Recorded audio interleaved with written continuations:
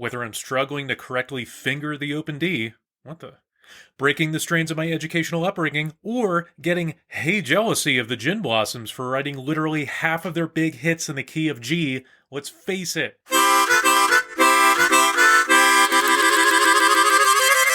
I like chords. Oh, DiLisio likes things. All kinds of really cool things. He'll tug at your heartstrings about nothing. Oh, DiLisio likes things. He'll talk and he'll sometimes sing. But you bet your ass he'll shamelessly plug all of his songs. All of his songs. Hello there, and welcome back, one and all, to the DiLisio Likes Things podcast.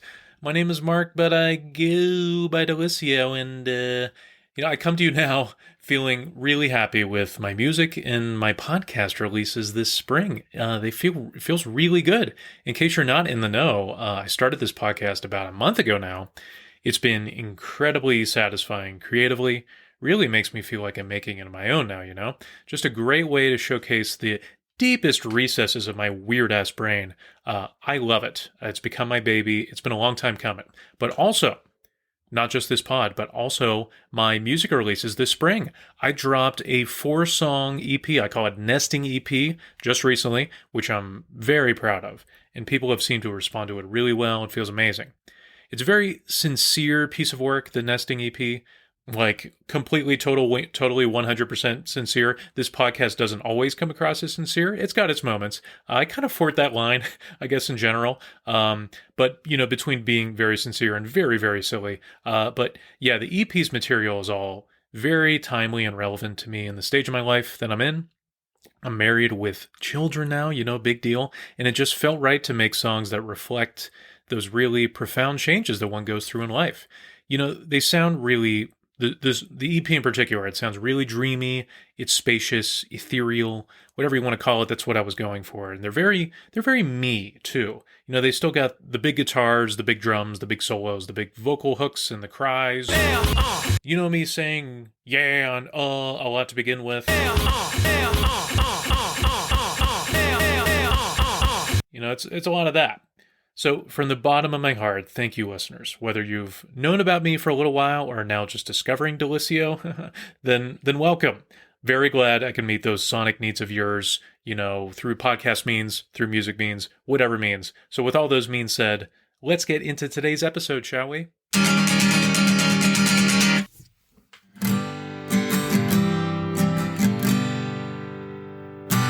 Let's talk chords, shall we? I first remember learning the open G chord, which, by the way, I'm going to be using the word open a lot with chords. Open just means that there's at least one string that isn't being touched at all by any of my fingers. So, like, in open G chord, there's 3 strings that aren't being touched. So it's like hearing those open strings in all of their glory. And I'm playing a guitar, by the way. This is my Breedlove acoustic guitar. I got this at age 16, which I tried to sell a year ago, and the guitar shop wouldn't take it because they're like, this thing is crap. But then I realized, why would I sell my original guitar? That's just stupid. So I still have it, and I'm playing it for you right now. But I remember first taking guitar lessons. I got this when I was 16, and then shortly after, my guitar teacher was really good. He was teaching me the major scales, like da, da, da, da, da, da, da, and then like the minor pentatonic scales, like I don't know why I'm mouthing it while I'm playing it, but whatever. And then he was like, chords. Learn those chords, Jeffries. He didn't call me Jeffries, probably Mark. I don't even remember his name. But he was like, okay, if you know how to play an open G chord, and if you know how to play an open C chord, and if you can play an open D chord, and you're like Woody Guthrie, man, you can write any amazing song that way. I'm pretty sure Woody Guthrie said that all you need is 3 chords to write a song. Why do you need any more than that? But, that open G chord just has a lot of majesty to it. I remember played a lot in churches growing up, and that's, the go-to chord in any Hillsong United song is just that G. And I remember my pastor just having the same exact rhythm when he played every hymn and every song that we sang in church, which was like, for...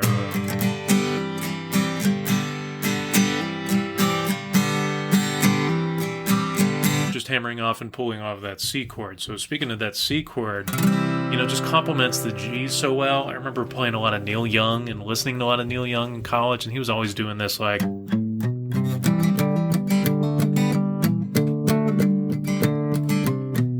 But it was all just kind of based on that C. And then the D, I remember the open D just really, really struggling with. Like that fingering position of the D just almost broke me.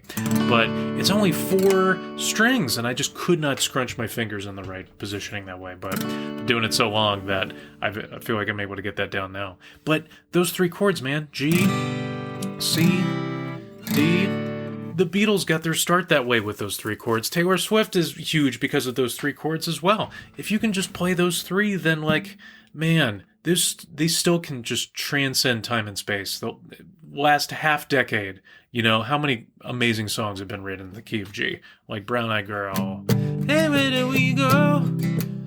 Days when the rains came down in the hollow, playing a new game. It's probably not it exactly, but you know what I mean. And every other Jim Blossom song, it's like, anywhere you go, I'll follow you down.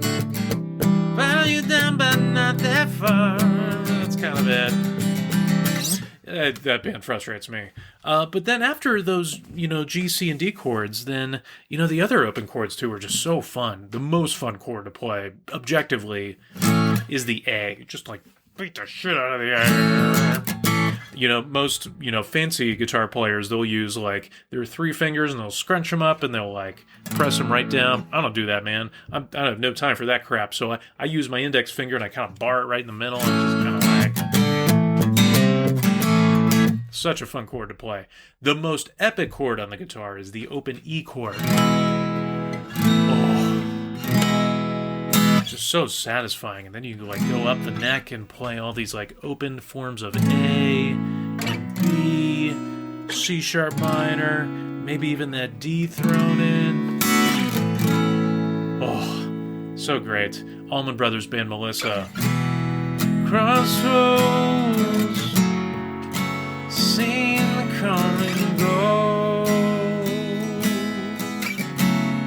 Yeah.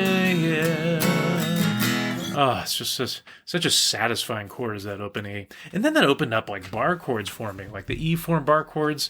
They're tough. You got to have a lot of strength in your thumb and your forefinger. But if you could master those, man, you can play any chord up the neck. It's like doing a capo for you. And, especially thrown in with the A form bar chords, which is a different kind of barring technique. But, that's where songwriting can really get so much fun, is just throwing in the root notes into the 5, into that relative minor 6, and then back to the 4, and then even throwing in the minor 3rd, and then walk it down to the minor 2nd.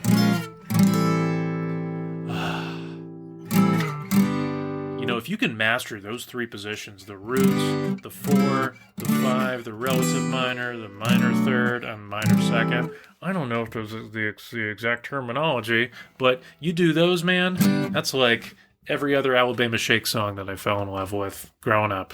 Well, not growing up. I've discovered them in my early 20s. You get the idea. Chords.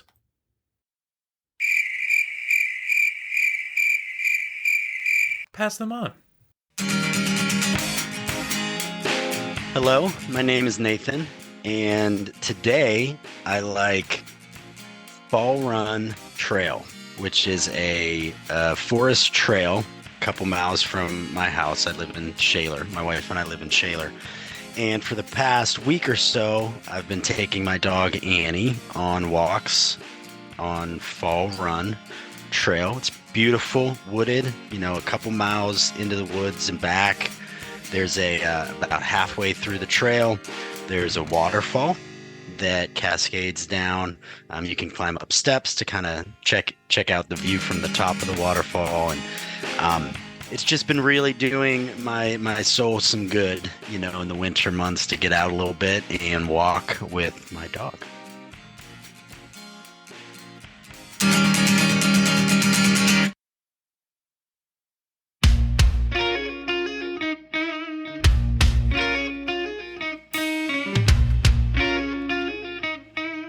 Ladies and gentlemen, it is time for another round of When They Go High, I Go Low with your hosts, Heliumelius and Deepafamilius. Hi, I'm Heliumelius, and I go high! Hi, I'm Deepafamilius, and I go low. Today we're debating guitar playing. Should you capo or play bar chords? I say capo. It's so pleasant sounding with the open chords, and you can play literally any key you want to without exhausting your fingers. Disagree, Heliumelius. Capos are for pathetic losers like you. Bar those chords, baby. They'll toughen you up. They'll make your song sound oozing with soul power. Not like you even have an ounce of that. Hey, that's mean, Deepafamilius. Why would you go put me down like that? I don't say that kind of stuff to you. I take the high road. Well, I don't, you ignorant slut. I stoop low, boy. I go real low. I could go even lower if you want me to. Well, I'm sorry you have to resort to such measures in life, Deepafamilius. And whoever hurt your feelings, well, I hope you forgive them to treat me with such disdain. I mean, I certainly forgive you. Because, Deepafamilius, you're good enough, you're smart enough, and doggone it. Bar chords, biatch. Oh, I think Deepafamilius won that round. This has been When They Go High, I Go Low.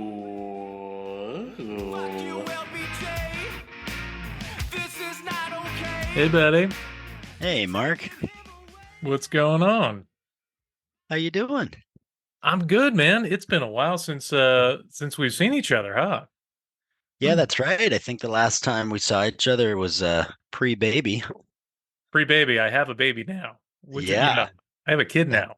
It's crazy. Dude, what's that been like? It's amazing. It's a lot of things. It's mostly it's 95% amazing. There's some exhaustion thrown in.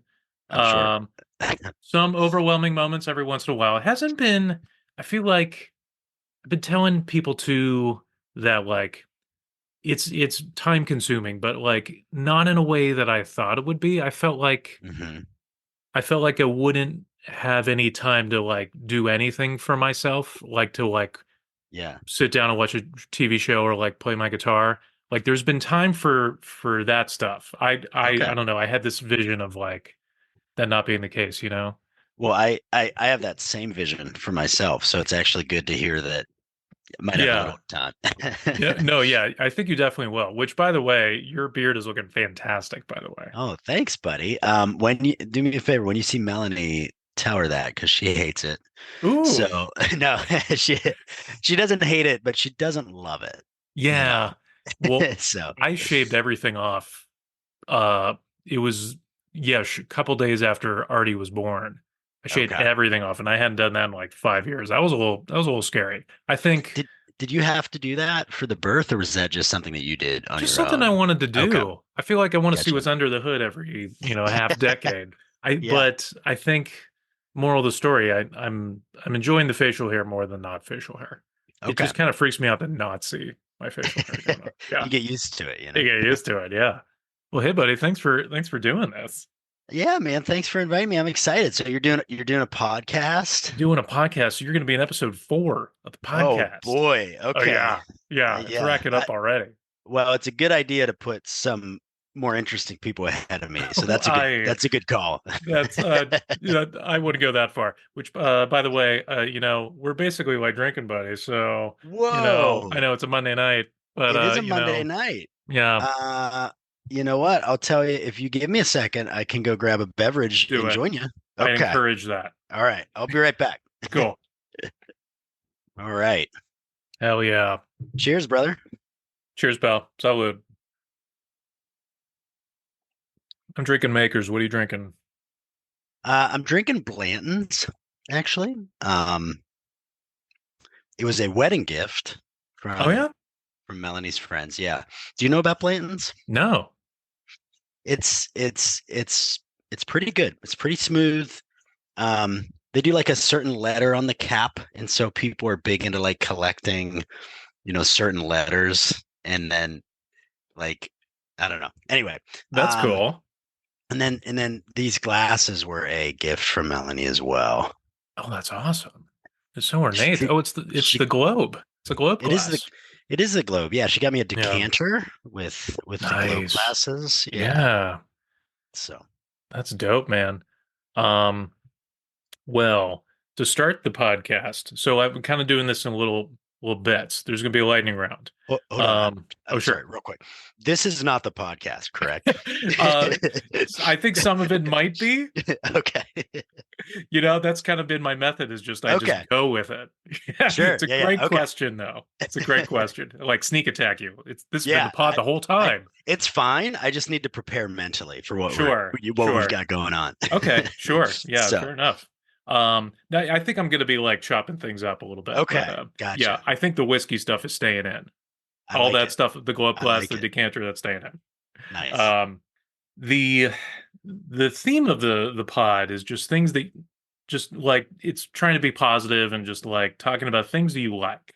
So this Okay. is going to be all like random questions about just about you, man, just about things you like. And I've been Okay. starting off every pod by asking people, what is your favorite color? Okay. I think well, my answer has changed. So when I was a kid, my favorite colors were orange and green. And I don't know why. Perhaps it had to do with the Ninja Turtles. Ooh, yeah, Um, Michelangelo and well, yeah, just green turtles. Yeah, sure, right. sure. Um, so I had like a green and orange baseball bat when I was younger. But as I've gotten older, I don't like those colors anymore. I used to be a green guy, but I've evolved to like Yeah, straight blue now. Yeah, I can't I, say I'm orange. I'm blue You're a now. blue I'm guy. blue. Yeah. Yeah, I get it. Dabba dee dabba da. No. Dibba-dee, dibba-da. That's good. Yeah, I like blue now. Blue's my favorite color. I try to wear blue as often as I can. So, yeah, it used to be orange and green, but now it's blue. Fair enough. Yeah, that's good. I was trying to think back today to the first time you and I met. Do you remember the first time? I feel like vaguely I remember the year, I remember the period of time it was. It's been almost like probably like a decade, by the way. Really? I think so. I'm thinking like 20, Beth and I started going to hot metal at like 2015. That was almost 10 years ago. That's true. Yeah, I was Pretty gonna sure that's say when we met. 2015. I think it was at Hot Metal that we hmm met. hmm Um, and that makes sense because I moved back to Pittsburgh in 2015 and started going to Hot Metal again. Oh So wow. I didn't realize you so moved like that year back here. yeah, I moved in June of 2015, July of Sure. 2015. So hmm I think we would have met in the fall then of 2015 at Hot Metal. Playing music. Remember Yeah. that? Yeah. Yep. And I think we just like played on a Sunday. Hot Metal, by the way, is a church community. Yeah, that Nate and I met at. No, I'm pretty sure we played like you were on the keys and I was singing and playing. It I was like a think so. Christmas Yeah. service, I remember, and like Emily Brown was a part of that too. Yeah. Emily Yeah. Brown. Yeah, I remember Yeah. Emily was in charge. Yeah. Shout out Emily. Yeah. And Dude, were you a part? I'm sorry to interrupt. Were you a part of the Christmas Scram that we did?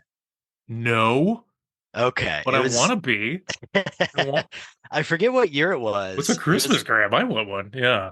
the like a bunch of people on the music team because like back then we had a lot of people, a lot of musicians, Well, I right? remember. Yeah. It Um, was hard to like get a spot to play. it was hard to get a spot to play, yeah. Right. It's not that way anymore. Yeah. But um there's like probably like 10 or 12 musicians that came together and we did a rendition of Carol of the Bells and What? videotaped it and then sent it out. And I couldn't remember if you were a part of that or not. No, but I'm a No. little jelly about this. Sorry. Is there still? Oh, that's okay. Well, That's fine. well, the funny thing is I feel terrible about it because it was basically my idea and Emily was in charge at the time and I inadvertently invited everyone to be a part of this except Emily. Like completely accidentally. Yeah, sure. Sure. Because I responded to an email that she had sent out, so I just Yeah. copied everyone's email address except hers, and and so I was like driving to the church to do this Christmas thing with all these musicians, and Pastor Jeff called me Sure. actually, and he was like, Nathan, Emily gave me a call and she was a little confused as to why she wasn't. And I'm like, oh my God, Oh I'm so no. sorry. Yeah, I felt so bad. I mean, it was an honest mistake, but Sure. um, yeah, Oh, that's funny. I missed the Christmas cram boat. Damn it. But yeah. yeah, like so we met and then like I feel like over the last like those like 4 or 5 years or so that like I feel like you and I got to know each other better. It started out just kind of playing and like on Hmm. Sundays, but then like we started getting drinks together. That was Yep. fun. Like Yeah, especially during those COVID years, like we were going downtown to Bridges and Bourbon, that's right. Yeah, you and know? even during COVID, even like I think we had a couple of Zoom meetings too, just to kind of see what was going on, and that was Right. good because connection was tough at that time, obviously. Yeah, it was a little tough. Do you remember anything from that period that like there's not a whole lot that's positive I know about COVID. Anything that you remember enjoying about that period of time? About Could be COVID time. I mean, maybe not COVID in per se, but just like maybe that period of us being virtual and just the whole world being virtual. Like anything that you liked about your like that you learned about yourself that you liked, or anything you got into that you liked. Yeah. Well, I I tried to complete my first marathon during COVID, which Right. which did not go as well as I'd It went a hoped, little but haywire, yeah. I Yeah. mean, I completed it. It was a mix of running and walking, the marathon. Yeah. I was hoping to run most of it. I ended up walking a good bit, but so I can say that I moved 26.2 miles, Yeah. so that was a positive. Right. I don't know, man. Maybe just the idea of slowing down. I think slowing down is tough for me. I'm always kind of on the move and wanting to do the next thing. And with COVID, you were forced to be home, Hmm. and I think that was both positive and negative. You're kind Yeah. of like forced to um, sit with yourself and be with yourself, and I think there's good things about that and some challenging things about that, but um, I think slowing down in general Hmm. was probably a good thing for me. Yeah. That's good. I feel like sometimes I confuse slowing down with just like sitting on my ass watching TV. I don't think that's quite like I'm slowing Yeah, down, but I'm not like being present and realizing when I'm doing yeah, like that I'm slowing and down, you know? and I think that's what I mean, like the being present piece, right? Hmm. Like just Hmm. like paying attention to what's going on around you, responding in like an intentional way, Yeah. not without the need to do all these things or to go all these places, but just be with yourself, and that's okay, right? Like Yeah. without doing anything. Right.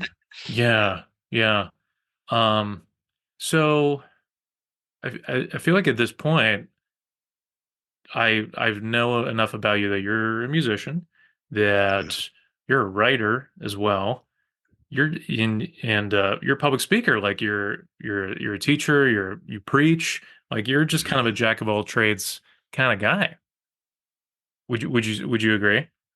Yeah, I would agree with that. I mean, as far Yeah. as the writing goes, I'm more aspiring, but Yeah. I Sure. I am working on that. Yeah. I just finished a short story actually No for way.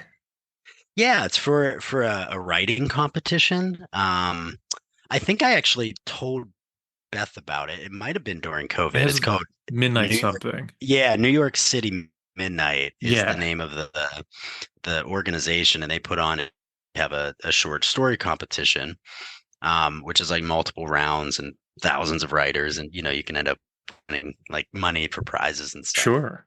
Yeah. Oh, that's dope. Quick time out on the play. I was having some technical difficulties, but I was able to salvage some of the conversation with Nathan. It doesn't sound great from here on out, but it's still a conversation. Continue. So, yeah, I was asking you already. Can you say what was the first thing you remember liking as a kid? Yeah, so I think baseball has to be up there. I remember, playing baseball with my dad in the backyard. He says that's why I'm a lefty hitter. I throw with my right hand, but I bat with my left. He says that I just kind of picked it up. That's the way I am too. That's amazing. What's that? That's the way I am too. Throw right, bat left. Nice. Yeah. And he swings sport left-handed. That's awesome. Yeah. Yeah. So any swing sport, golf, hockey, baseball, I'm a lefty. Everything else, I'm a righty. But Interesting. So I think baseball and just sports in general. I remember cheering for the Steelers. One of my earliest memories is the 1994 AFC Championship game that we lost to the Chargers. So, probably sports is one of the big ones. Yeah, Natron means crushing us. I'd forgotten that name until you said that. Yeah. Yeah. Wait, who else? Who was there? But then the next year, I remember against the Colts. Remember when we won on that Hail Mary? Jim Harbaugh. Yeah. Just caught it. Yeah. I watched a replay of that play recently because I remember watching that vividly. We were like 7 or 8 years old, I'd say. And I had forgotten how close that it was almost caught. Like, it was really close to being caught. In my mind, I thought, like, oh, there was no way it was going to happen. But it was really close. No, it was legitimately, like, almost laying on the dude's chest. I think, what was his name? Wasn't it Aaron something? Was it, like, Aaron, I forget. But it was, like, literally laying on his chest. Yeah. Oh, man. That's good. So you're going to be a dad soon.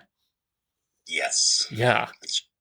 No big deal, which I have a whole month of experience so that I can impart so much wisdom. You're a veteran, Mark. What can you I'm teach a vet.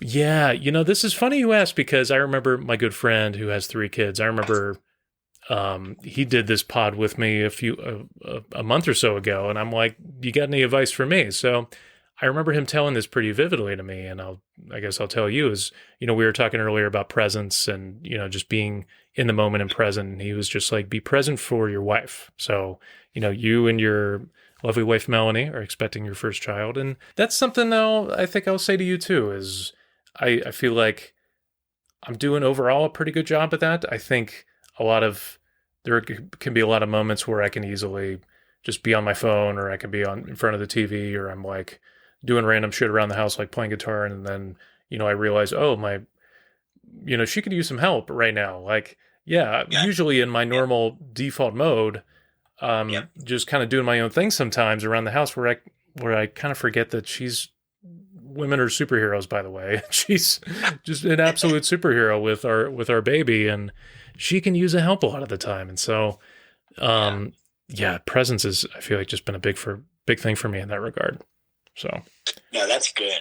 I feel like I resonate with that. I feel like I also kind of just do my own thing around the house, and I feel like you have to be intentional about thinking about, your wife and your baby as well. Yeah.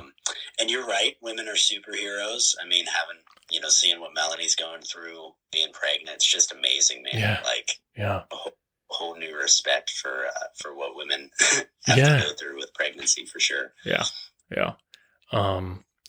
I have one last question for you. It's been one of my favorite things that I've asked people is, what is your favorite physical location on the planet? Like, your favorite absolute place to be. And, like, I'm not talking, like, generally. So, like, I'm not saying, like, oh, I don't know, like, Chicago. Like, do you have a favorite physical spot? That's a really good question. I think I might have a couple answers. I think my first answer might be Nags Head, North Carolina, which is where the Outer Banks, which is where my family went to vacation almost every year when I was a kid. So we just piled in a van, and my cousins and uncles and aunts came too. So it was like a really, really fun time with most of my family going to the beach. So I think Nags Head, North Carolina, and then also Phoenix, Arizona. I lived in Phoenix for 2 years. I did the Teach for America program out there. And I just love the Southwest, man. There's something about the desert and the heat and the cacti, and I don't know, it's pretty cool. So I'd say Phoenix. Right around Phoenix, there's a couple of mountains that I love to hike, South Mountain and Camelback Mountain, which had just a beautiful view of the valley. So I think Mag's Head and Phoenix would be my answers for that. Perfect. Yeah. Nathan Rosswog, thank you so much for being on the podcast. Mark, thanks for having me, man. It's been a pleasure, and I really appreciate you asking me to join you. Oh, absolutely. I'm super excited for you guys too. Oh, for these next few months, I man. might be calling you often for advice. A cord with 3 strands is not easily broken. That's a Bible verse from Ecclesiastes 4:12, not Ecclesiastes 25:17. The path of the righteous man is beset. Sorry, I could keep going, but I won't. Anywho, that verse about cords, well, I guess it means that, I don't know, having a friend in a fight is better than going at it alone? Strength in numbers? Yeah, sure. I don't really know, man. I guess it doesn't really mean much to me. It used to. I'm sure it did, just not anymore. See, the Bible in general used to mean a lot to me, man. I grew up pretty religious. I was baptized as a baby, went to a contemporary church my whole childhood, and then made my way to Grove City College, which is a very conservatively Christian school in Western Pennsylvania. And wouldn't you know it, that verse I said earlier, a cord with 3 strands isn't easily broken, well, that just happens to be that college's motto. It's on all their flyers, all their advertisements, at least it used to. I've really kept up with my college or anybody I went to college with in a very long time. Now, before I keep going, I just want to say right off the bat that I don't intend to just make this a hatchet job bashing of a place whose core values I no longer 100% agree with. That's just unfair, and it really doesn't help anyone, especially me. But what I will say about Grove City College is that I felt really alone there. For various reasons that I now understand as an adult man in my late 30s, but I didn't when I was 21 years old.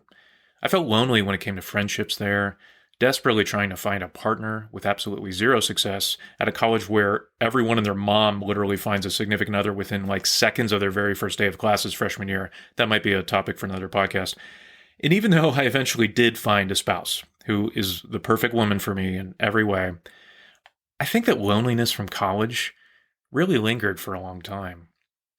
For one thing, 99% of my friendships from that school more or less disappeared, which sucks, for sure. No bad blood or anything, just everyone had kids right away, I guess, which happens pretty frequently among Christian kids. They get married and have kids quite young.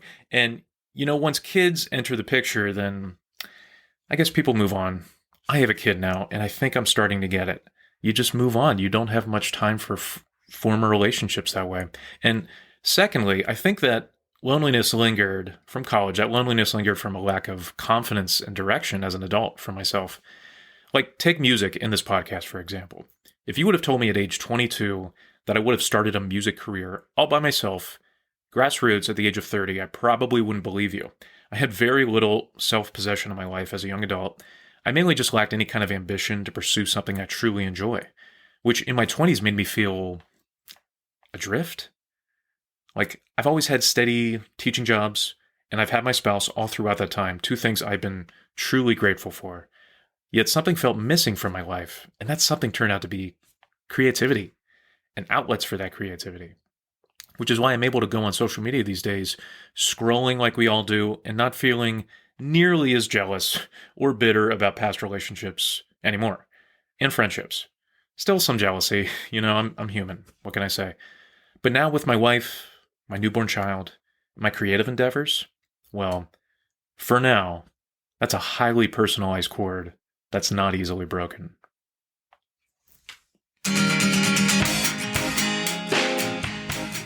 Well, looks like that's our show. What did we learn? Not much, as usual. Just that if I had to choose between playing bar chords and capoing for the rest of my life, probably go with bar chords. They're harder, yes, but at least your guitar doesn't go immediately out of tune like slapping a capo on there. So annoying. Although maybe that means I should start using better quality guitars that actually stay in tune and not use shitty ones. Yeah, I didn't think so. Until next time. Don't panic. It's all gonna be okay. Take care there. The DiLisio Likes Things podcast, starring Mark Jeffries as DiLisio and Peggy as herself. Today's episode was written, directed, produced, recorded, and edited by Mark Jeffries, including all original music by DiLisio. Follow DiLisio on Spotify, Instagram, and Facebook to keep up with all of his latest music. And please make sure to rate, review, and subscribe to the DiLisio Likes Things podcast, wherever you get your podcasts.